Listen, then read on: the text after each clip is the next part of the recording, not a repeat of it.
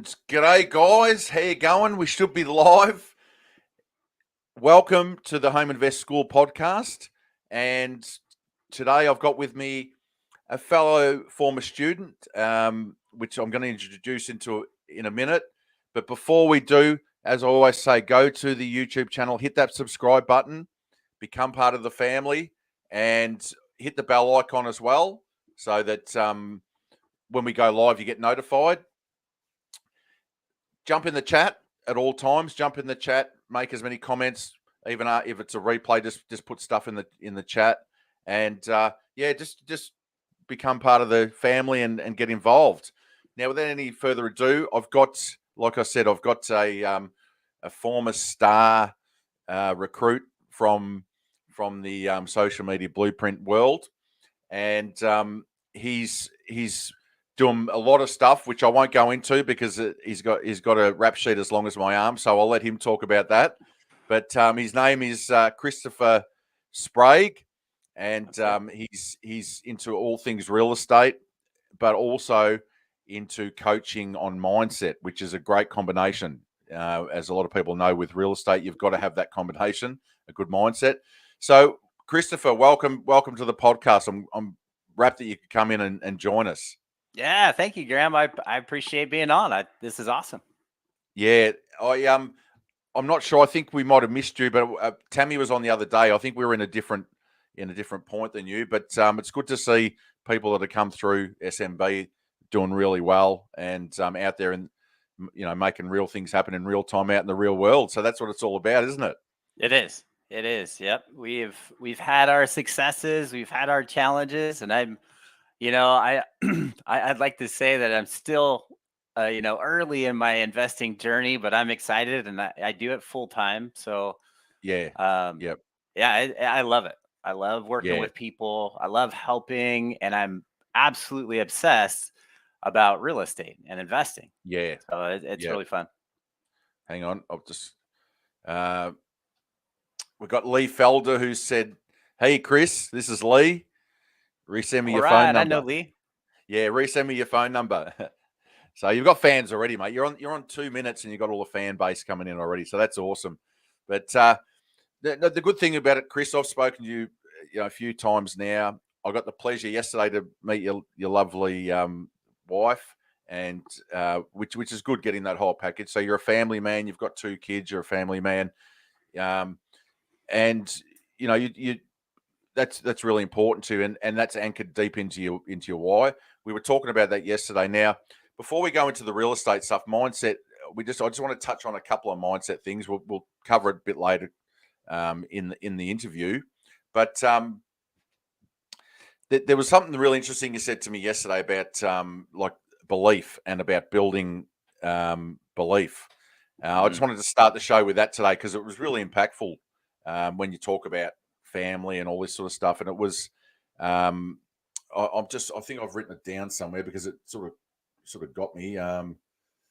Just hang on a sec. Now we were talking about the different stages of belief. Different stages of belief. That's it. Yep. That's exactly right. Yeah. And can you explain that? Can you explain that to people that are listening? Like, because that's really, you're talking about anchors. You need to really anchor that in before you do anything in real estate, don't you? And well, you do. You have to have a level of certainty before you can really commit fully to action. I mean, if we brought up a couple different examples of that, but I feel like belief, number one, has to come from you and knowing that it's possible. Whatever dream you have, and ours just happens to be in real estate, investing, and wholesaling. But you have to believe that, number one, it's possible. Okay. And we have this podcast show. You have YouTube that you can watch that shows you that yes, in fact, it's possible. You can come in and invest in real estate with little to no money. You can do it without needing your credit.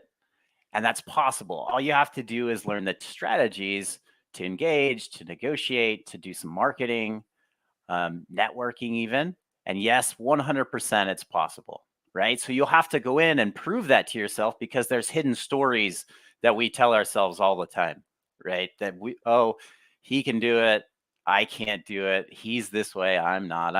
I'm disabled, or I have challenges. So you got to surface out those stories. And number one is invest that it's possible. Number two kind of ties into what I was just talking about, was, do I think I can do it?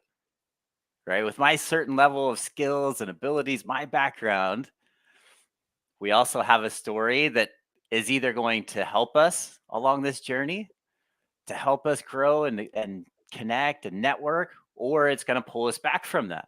So the second level of belief is, can I do it? With no, and again, this is a barrier to learning anything. Without I think these two stages of belief, you can go in and learn, but it won't translate to action, which is really where you start getting results, right?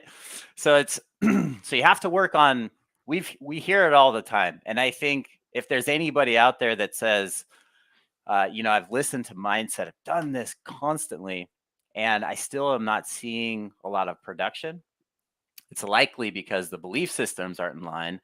And you got to be able to take that next step to action. You got to get obsessed about this stuff, and you can't do it without belief.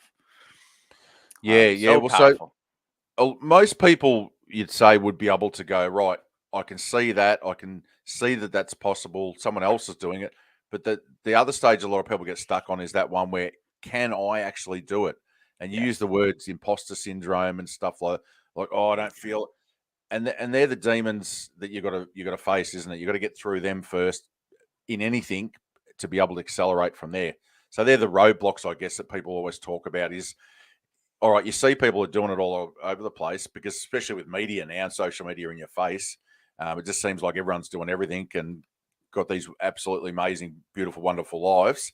And but then you've got to actually believe and see yourself doing it, in your mind's eye. Yes.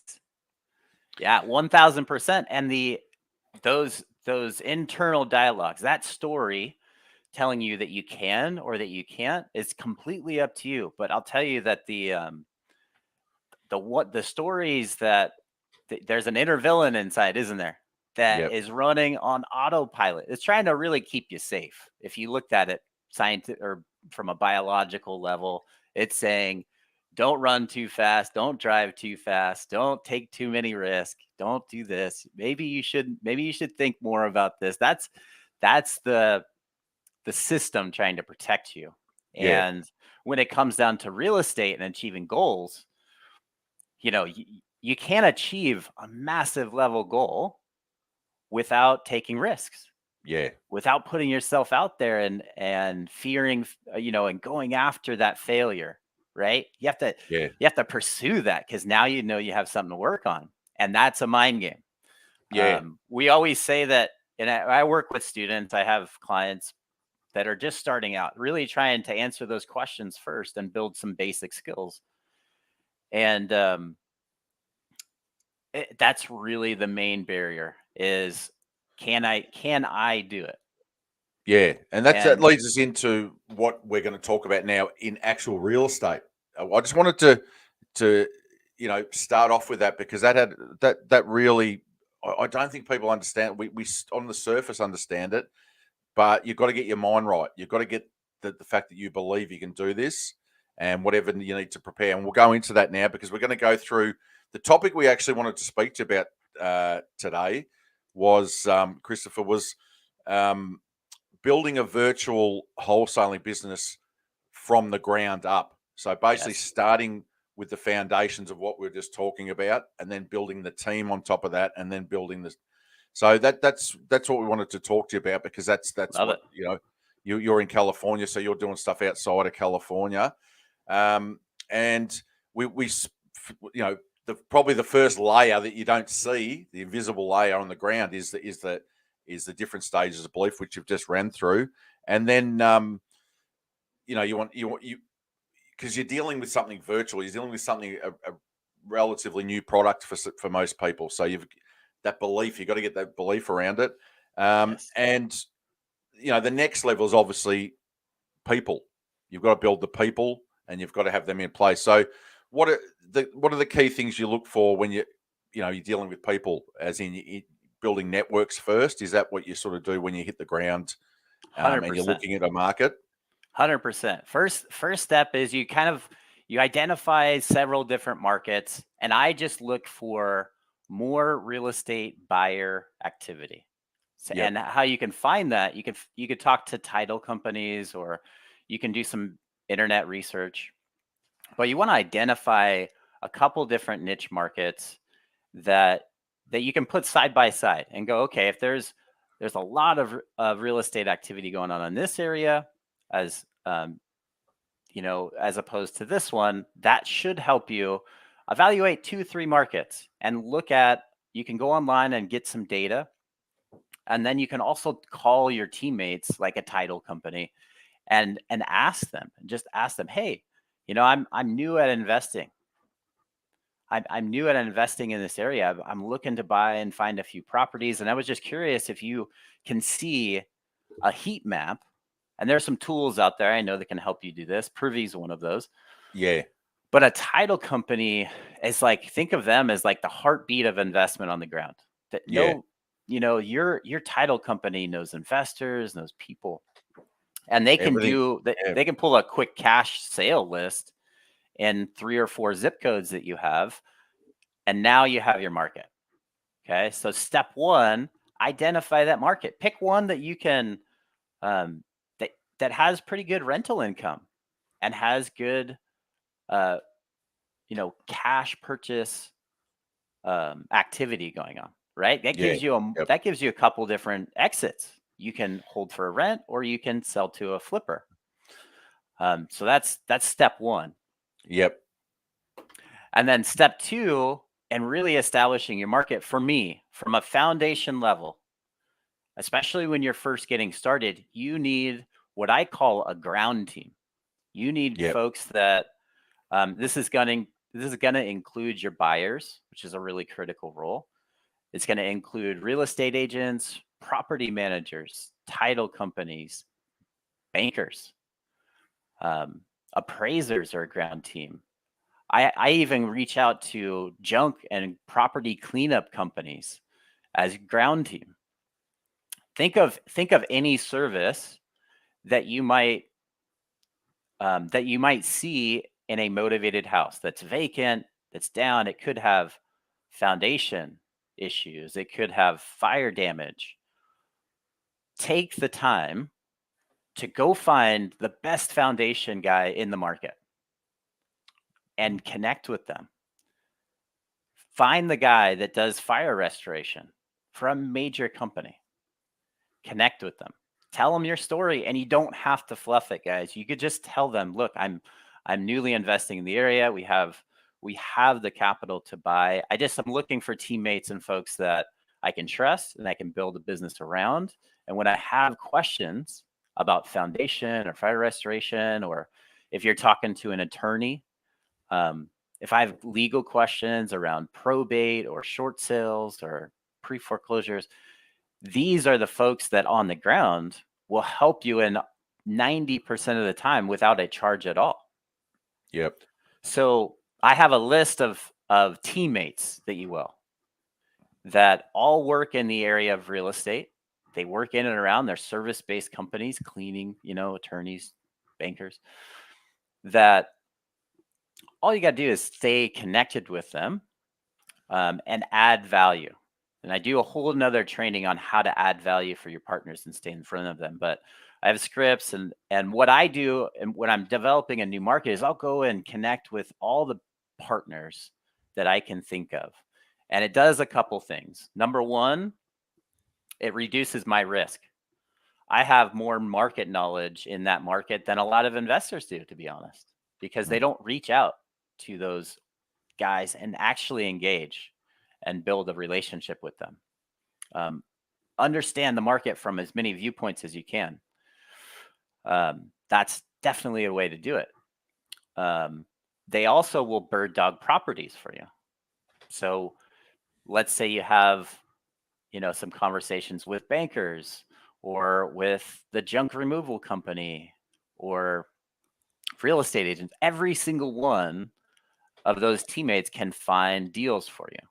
All you have to do is let them know what you're looking for, right? This is my niche. I always tell people focus single family homes that have some motivation, and that's your thing, ranch style single family homes. And if you can get specific, that's really simple for that person that you've connected with, you've added value to their business to say, hey, I actually do know a guy that might be able to help you if you're in a tough spot, right? And that's exactly what you want. So ground team will reduce your risk and they'll help you find deals. Really critical first step. And there's maybe some that are more valuable than others. Buyers. Yeah. You want to know you want to know what your buyers eat for breakfast, guys. Really, what they watch.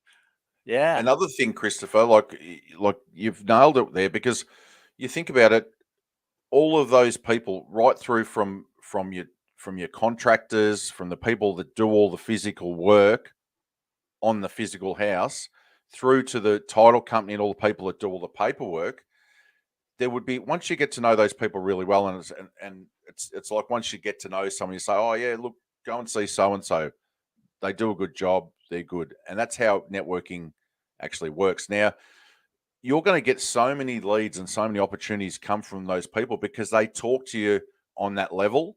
So any opportunity comes up, oh, Christopher, you might want to go around this. I noticed, I know a bloke that's selling a house around the corner, and or his mate's selling a house around the corner, and you find out stuff that you would never find out, and that's from title companies, from loan, lenders, the guy that you've got, you formed.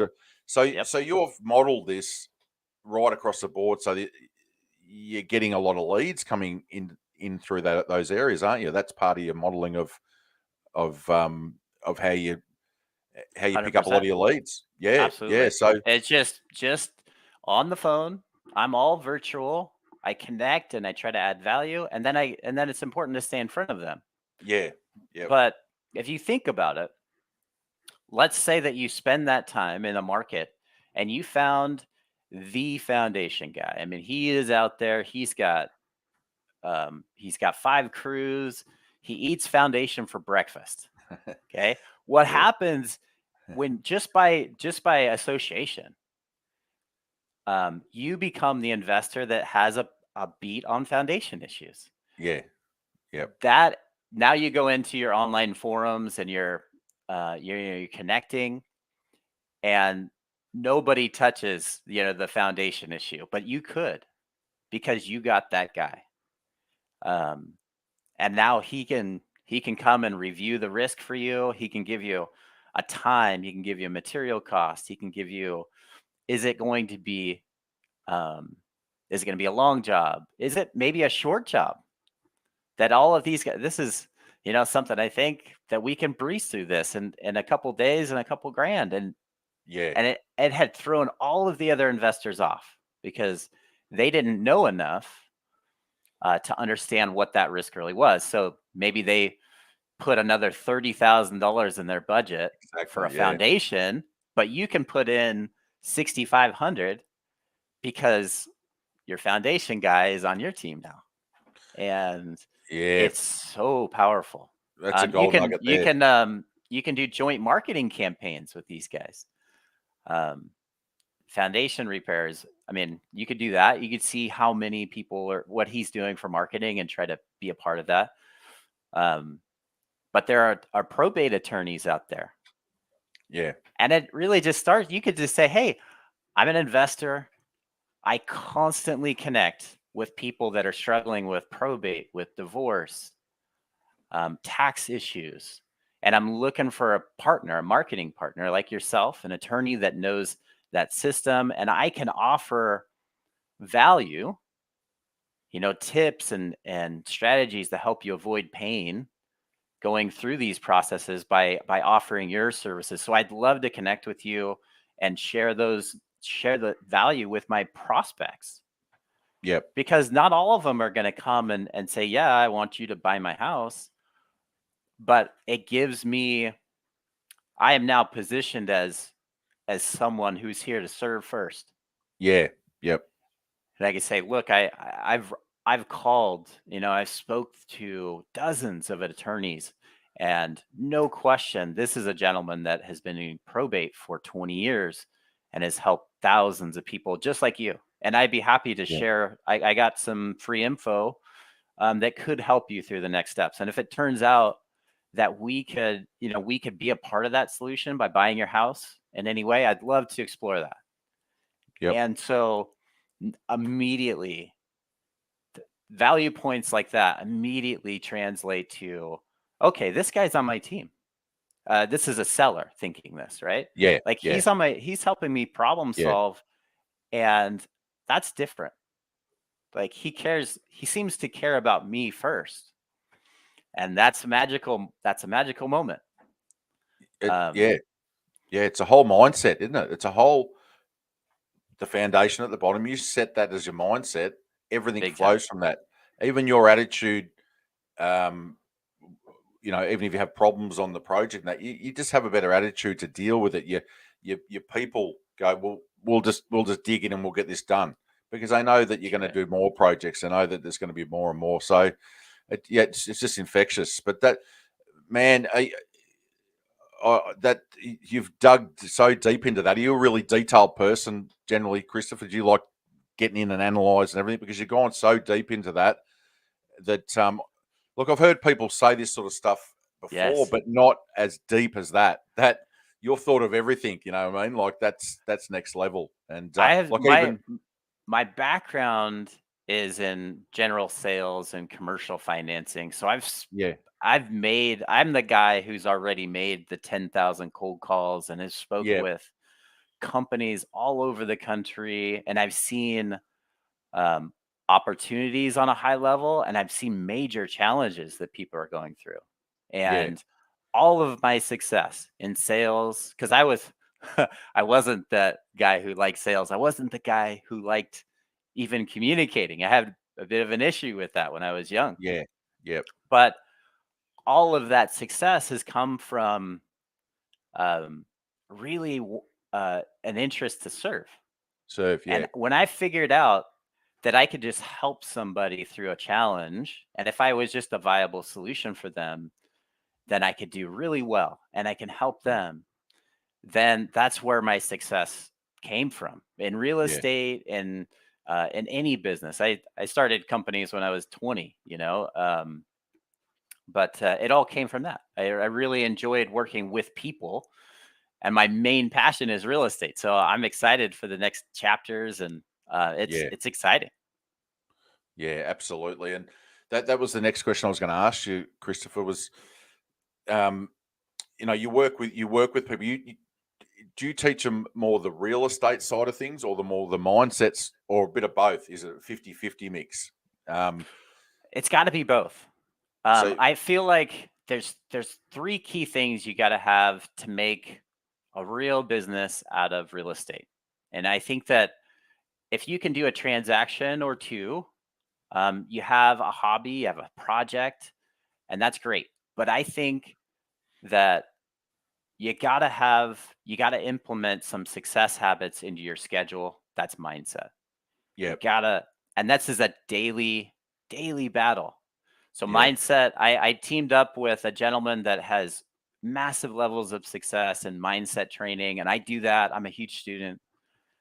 Um, so I have a coach that works with me on mindset with our students, and then I also have, and I do sales, I do negotiation, yep, and marketing, and yep, then um, I have another partner that is he's an IT consultant with Microsoft, and he focuses on efficiency. So I think at a certain level, um, you need to get really organized, right? As you bring in lots of leads to create a business, now it's a matter of connecting at the right time, having follow-up campaigns, being able to present your offer, um, and then now you add that ingredient of service, and I think you got something special. And yeah, that's part of what I loved about Nate. I've known Nate for 12 years yeah, because he was originally on one of my my first real estate training programs, there was Nate. Yep. And, you know, just he had that same connection first, that same service first, that Yeah. I felt like, man, that's really in align. That's really in alignment with what I do and how I feel Yeah. like it should be done. Um, and in social media blueprint, he maps out the presentation process, the marketing angle. So it was wonderful. Yeah, and it's very different to what's happening out there in the wider community of wholesaling and investing, because it almost seems a little bit foreign when you come from that into, but it is so service orientated and so you know, you open the books up, you're transparent. It's a very good Yeah. system, and it's built on service and trust. So yeah, you're right. That's amazing. But yeah, I just want to go a bit further into, like, we would talk. We sort of got to the point where you've just full on drilled down into a market, and I Yes. just got to sidetracked a little bit and said, so this is what you actually take your students through: is you teach them all this stuff, and you just mentioned then, which is really interesting because it's so true. I mean, you need to be organized. You need to have all CRMs. You need to have all this stuff in place if you're going to do this long term, because you've got to contact these people. You've got to follow up. You've got to keep, like you said, that was one of the key points you said before, is it's all in the Big time. follow up. It's all in the being in front of these people. Realtors are really busy. I mean, have you ever tried to get onto a realtor? About 10 phone calls later, you get onto them. They say, "Oh, look, I'm sorry. I've just been shown houses." It's not their fault. It's just they're busy. It's not, you're not getting ghosted. People get busy in life. So you would have had to put together like a blueprint, wouldn't you? So that your students can sort of follow this and understand that this has all got to be in place. That's right. That's right. And, to be honest, it's not, establishing relationships does take time. It takes several phone calls. So don't think it's going to take, you're going to get a single phone call and, man, I have a buddy, I have a friend, I have a partner for life in that market. It doesn't happen Yeah. like that. Yep. But you'll use that first phone call to identify the type of person that you'll want to work with. Yeah. And then I implore you to put as much energy and value into that as you can. And really, at that point, you want to review deals with them. You want to look at articles on real estate with them whenever you get a chance. Give yourself a reason to make that phone call and connect with them. And there's some strategies for that, but you just got to stay in front of them and know that, hey, I'm in business. I'm buying houses every month, Yeah. every 2 weeks. And because you never know when that guy is going to see a seller that has a high level of motivation, a pain that he would love as a service person, he would love to help them. Yeah. See, Yep. because it works both ways. I use them as a service in my business to help reduce my risk. They use us as problem solvers to get cash in somebody's hand quickly, to help them move to be closer to their family, that, or when they're going through a health issue or a troubling, there's so many, right? People in your network will use you as a tool in their business. And that's what if you focus just a little bit of energy, I'm not talking, you have to have, coffee with them every day. I mean, I'm virtual. So we add value and reconnect, even if it's for 2 minutes, quick phone calls, respect time, so I talk about all of those things when I work one-on-one with students and do market launches with them. Yeah. So that's, Do you suggest to the students that they do have say their realtors, if they've got a big list of realtors, to have them on an email sequence or something, like once every 2 weeks, once every month, to just to touch base and have something personal, even if it's a blast, even a text, have something personal. Like, for instance, if it was me, hey, name, Fred, hey, Fred, it's Graham here. Remember the Aussie guy, and you just have some point of difference so that it doesn't seem like a generic email. yes. So is that something that you advise as well, just to keep in front some way to try and automate it? 100%.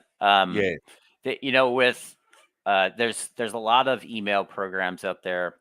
Mailchimp is one where you could put 200 contacts in there and send out a weekly email, uh, and it's no charge. Mailchimp is no charge, so you can yeah, put let's say you did that and you called realtors and bankers, uh, contractors, property managers that in the market have a ton of knowledge, right? And this is what we need right now. This is what investors need right now more than anything, is they need true understanding of their market, how it's shifting, and from multiple points of view. So what if you sent out an email to 5, 6 of your partners, on a monthly basis? Hey, I'd love to grab some coffee and talk market. I'll buy you a cup of coffee. And maybe one of them responds and says, hey, yeah, I'd love to. If you did that on a monthly basis, you're going to reestablish that relationship. You're going to learn about how their business works and the clients that they see. And, even if it's just a phone call, but I'll send market information that I've done research on to those clients in an automated email every couple weeks, yeah, just because I want them to remember my name and yeah, that I'm digging on this market. I'll find an article on real estate in their market and I'll say, hey man, this seemed really interesting. I'd love to get your thoughts on it. Here was I saw something the other day that Amazon was putting a bunch of money into affordable housing programs. That could be a good thing. It could be a bad thing. I'd love your data. I'd love your input.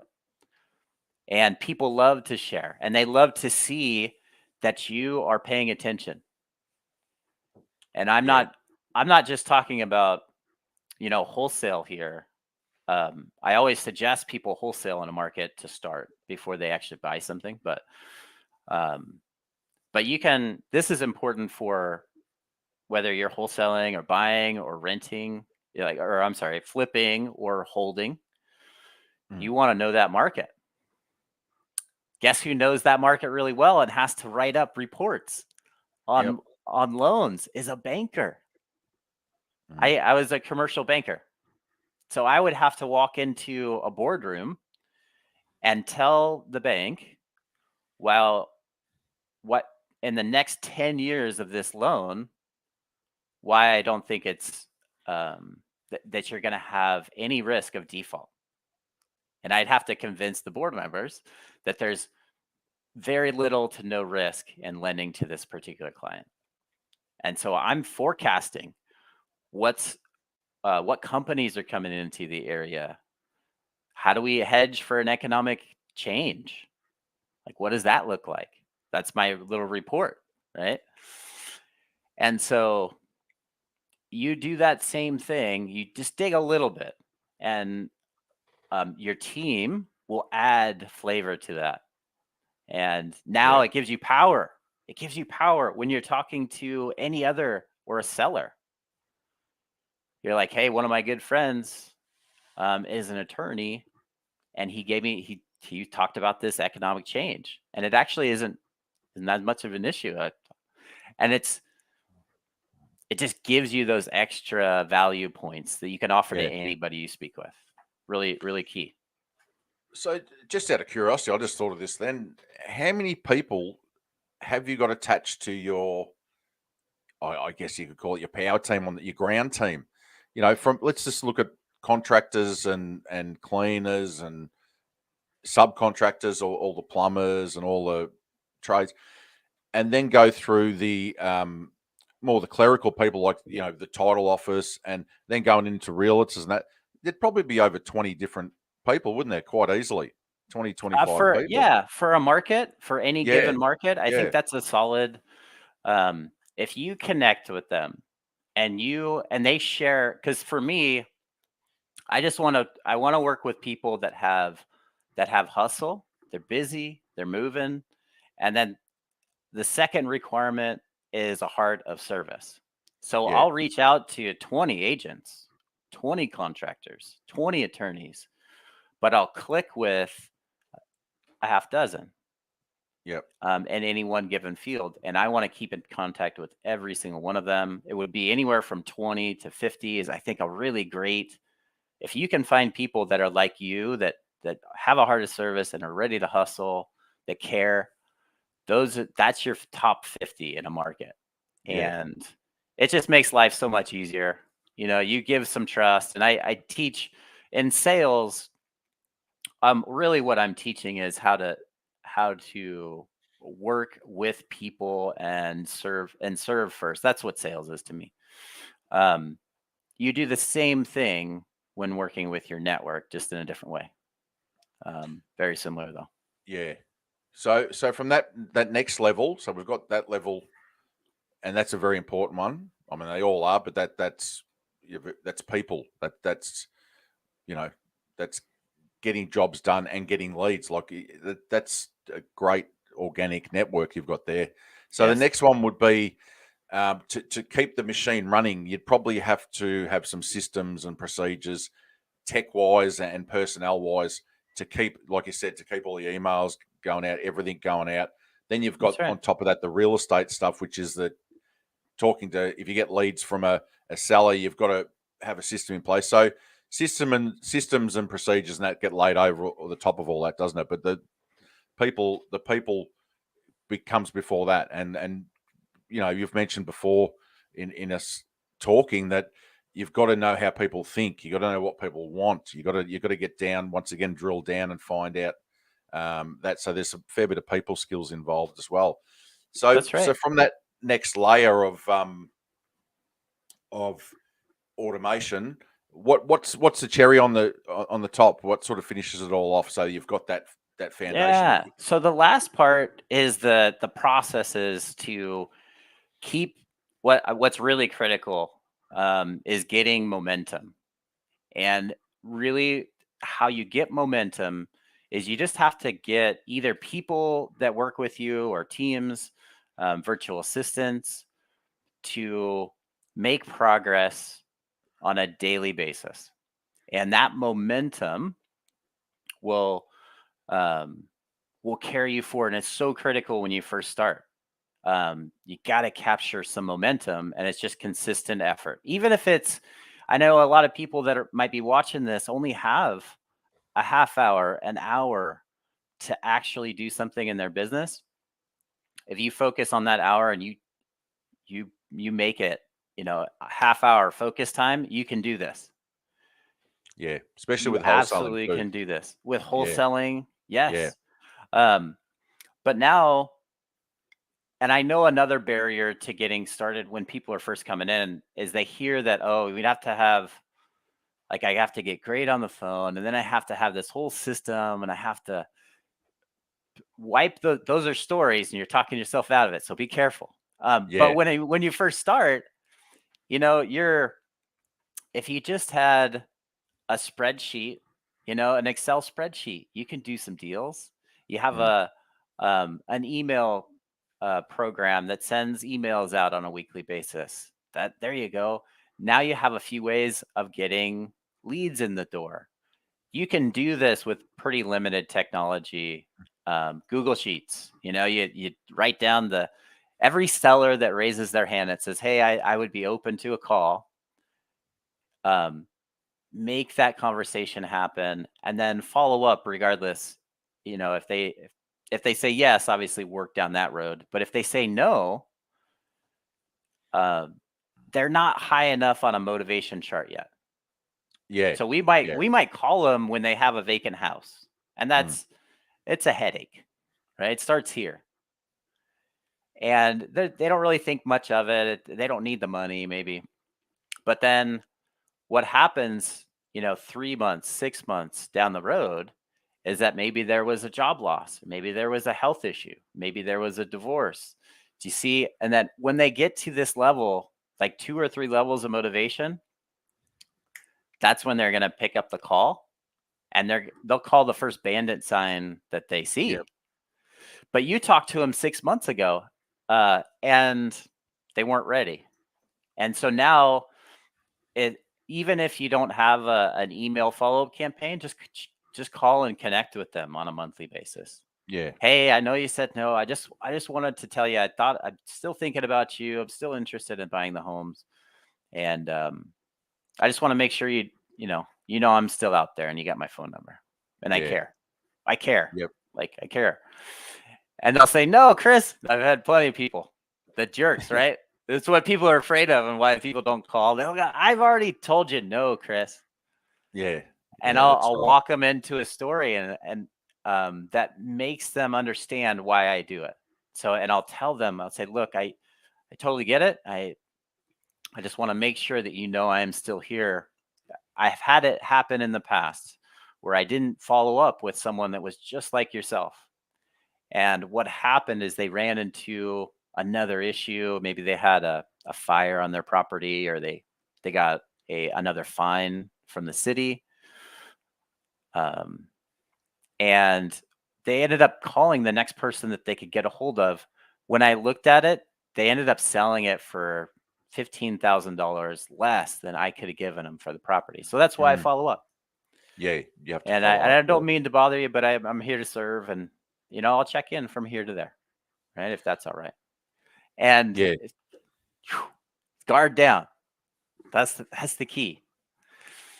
Because that really does happen. That really did happen to me.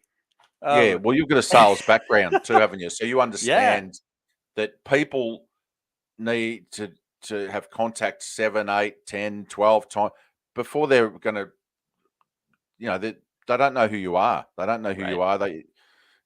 Before they're going to trust you at all, they've got to get to know you. They've got to see some patterns. And the human brain detects things at such a rapid pace that people can sense things. So absolutely, like you said, just following up is doing those contact touch points more and more. And you actually do get to know, especially if it's a motivated person too.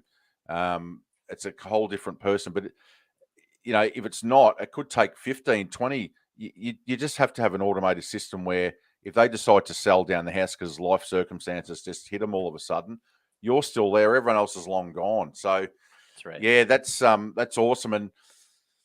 And obviously in you've just I don't know how, I don't know your coaching course and everything, but by listening to you, you've actually got I'd say to be pretty intense. You've left no stone unturned, and the students are probably pretty lucky because you've probably mapped everything out for them. It's like the old McDonald's franchise. You go to the other side of the world, and it's exactly the same as what it is where you are. So that's great, because that's one of the things now more and more with being stuff on time restraints with people is if you've got a go-to product, a done-for-you product now, that's gold now in this modern world, isn't it? And especially in coaching, if you've got something where people don't have to reinvent the wheel, they come in, it's proven, they can see results, they can see success, and that's what your students do. They come in and they go, well, I can take this to any city. Well, not any city, the one that I've researched, the one that I've done the heat maps on, the ones that I've made sure that I've followed Christopher's exact model. Well, then they can take it elsewhere. And that's what a lot of people do when they scale, is they just move from one city. They might move to another city in the same state, or one in another state. So, obviously that would have taken a fair bit of time for you to put together. Absolutely. No, it's taken, from it's a process. I've done sales for 15 years. And so I try to distill what I've learned over the years and speaking with people into key skills that you see. It takes 6 or 7 skills, I think, to build a business. I could go through all the skills, but that's not the important part. What is important is that people get stuck and they feel overwhelmed because they'll take a little bit of action in a lot of different places. And they haven't quite skilled up. So what I do is I focus in on one skill.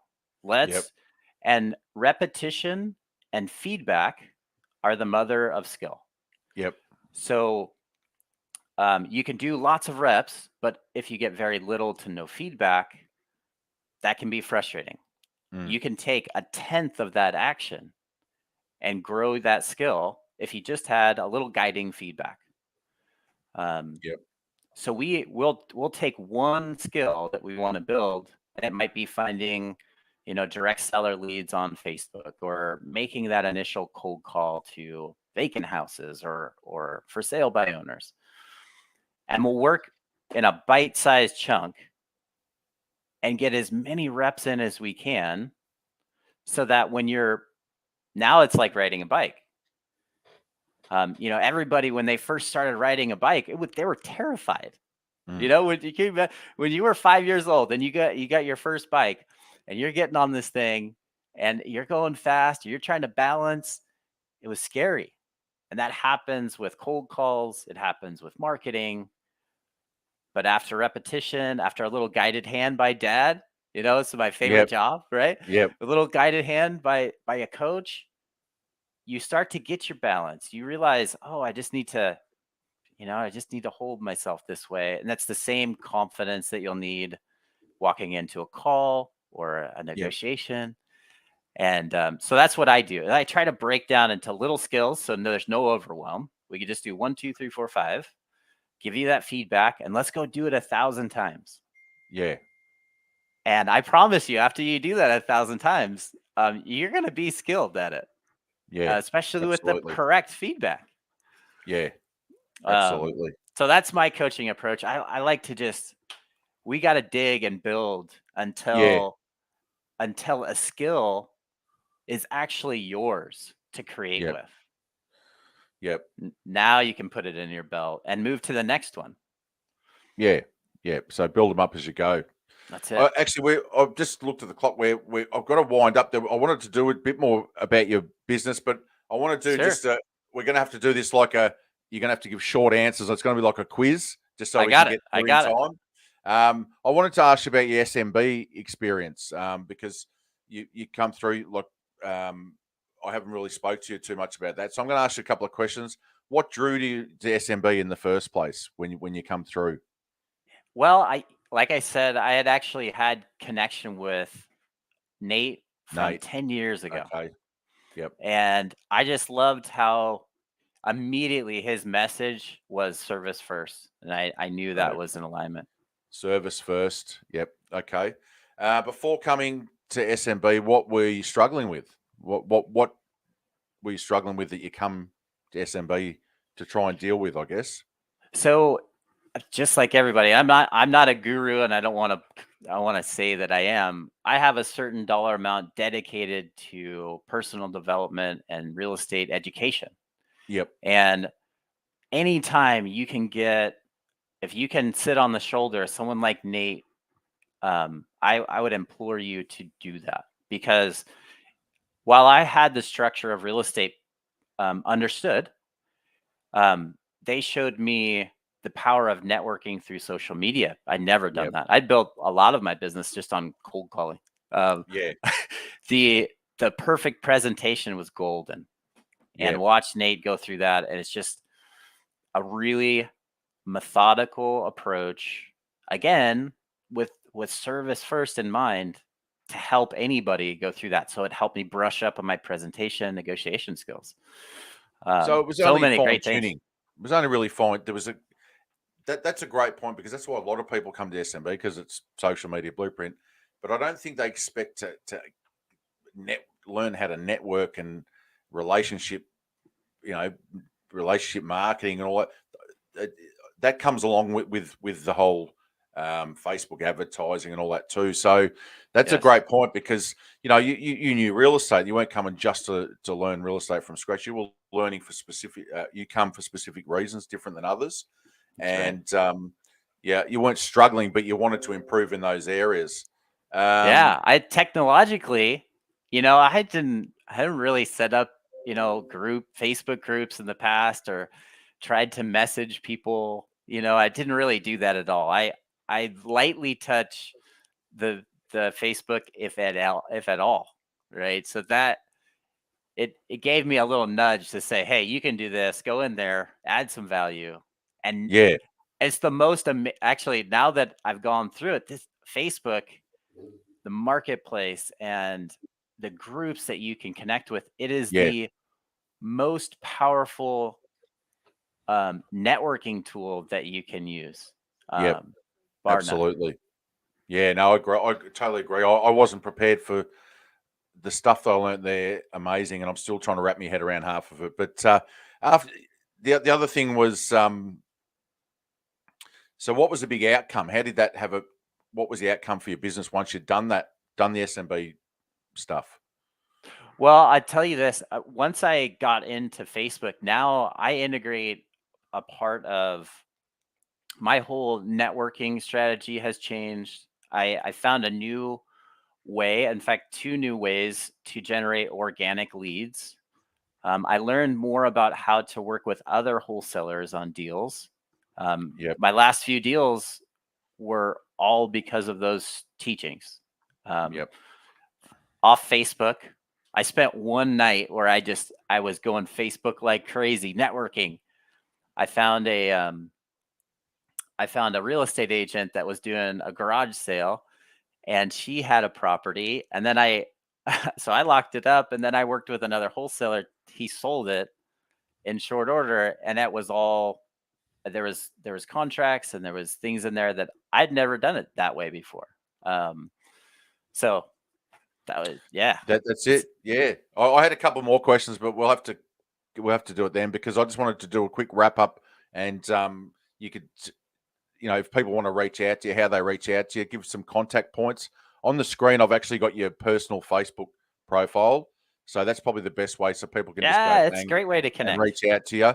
But I couldn't fit any more on. But have you got any other business contact points you'd like to just verbally say, and people can watch this back and contact you? Yeah, if we'll put they wanna it in the chat, or we'll put it on the site somewhere. Yeah. But ambientrealtysolutions.com is the website. Yep. Find me on Facebook, and I'm always, if I have time, I love to connect and chat. I'm a Yep. networking monster. I mean, I Yep. really love to connect with anybody and add value where I can. So please reach out there. And if we engage, we'll Yeah. we'll get my phone number and we'll work your market. We'll help you build. And probably the niche that you serve best is you do the virtual stuff. That's you've you've just in this interview you broke it down, and I'm sure if you come as a student, there'll be so many systems and stuff in place. But not only that, you cross it with your training in mindset and coaching and all that in mindset. So you're getting the reasons why you're thinking like that as well. So you lay everything out on the table for your students, don't you? So that's As another much as thing. I can. It's not just real estate. It's about preparing yourself, unblocking yourself, having someone to bounce ideas off, while you're learning a new process of real estate. So no, I think you've sort of niched off a little bit. You've done the virtual stuff, and part of it is building the layer of mindset at the bottom of the structure to be the foundation. Yes. So I think that's a really good mix, and a lot of successful real estate people really do a lot of work on their mindset. So the proof's in the pudding, and I think more and more people are going to be in real estate are going to need to be coached on their mindset as well, because it's such a ever changing, and since COVID, it's blown up virtually, so the market's changed again. So yeah, look, I think what you do is great, Christopher. You have got a service mindset. You do it with your wife as well. Your wife and you work together, so that's always brilliant. If you can get two people aligned together like that, you can do great things together. And look, you're kicking goals. So I appreciate you coming in. Too. Oh, there she is. Thank you. Hello, I appreciate that. No. That's it. Being a dad is my favorite job, and I just hope that real estate will help me do more of it. More time. Well, that's right. That's right. That's the why, isn't it? That's the why you keep pushing hard. But no, thanks for coming in. Say hello to Heather for us, and will do, guys. Rewind it. There's a lot of gold nuggets in there, especially about people. We always bang on about people and networking and relationships. Christopher's all over it. He's built a business on that. So it's not just talk, it's reality. So if you want to reach out and you want to learn more about it, you're want your business to go down that direction, reach out to Christopher, talk to him. He's just said his contact details. You can hit him up on Facebook. Christopher, thanks for coming in. That was great. We've gone 55, probably one of the longest ones we've done. We probably could have gone for another half an hour because we had about 3 topics we were trying to cover in one podcast. Oh man, Graham, I could do this all day long. That's what I do. I love it. Yeah. No, I really appreciate it. Thanks for bringing the energy. And like I always say to the audience, go back, rewind it, watch bits, take the bits out of it that are good for you, and especially for those out there that are really looking to do virtual wholesaling. Maybe even reach out to Christopher, and even if it's just a few questions, he's got a service mindset, so he'll help you point you in the right direction anyway. Absolutely. All right, no worries. We'll wrap it up. Thanks, Christopher. Thanks, guys, for coming in and watching us, and everyone enjoy the rest of your day. All right, have a great day. Signing out.